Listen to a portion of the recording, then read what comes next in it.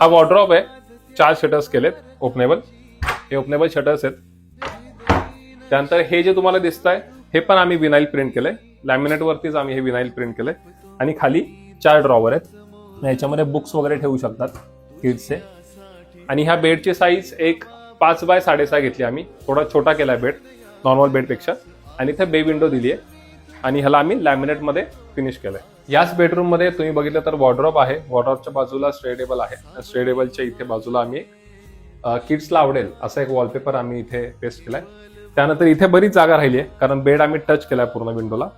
बेडच्या बाजूला इथे आम्ही ड्रेसिंग टेबल केलंय, ड्रेसिंग टेबलच्या मागे इथे मिररच्या मागे इथे स्टोरेज आहे.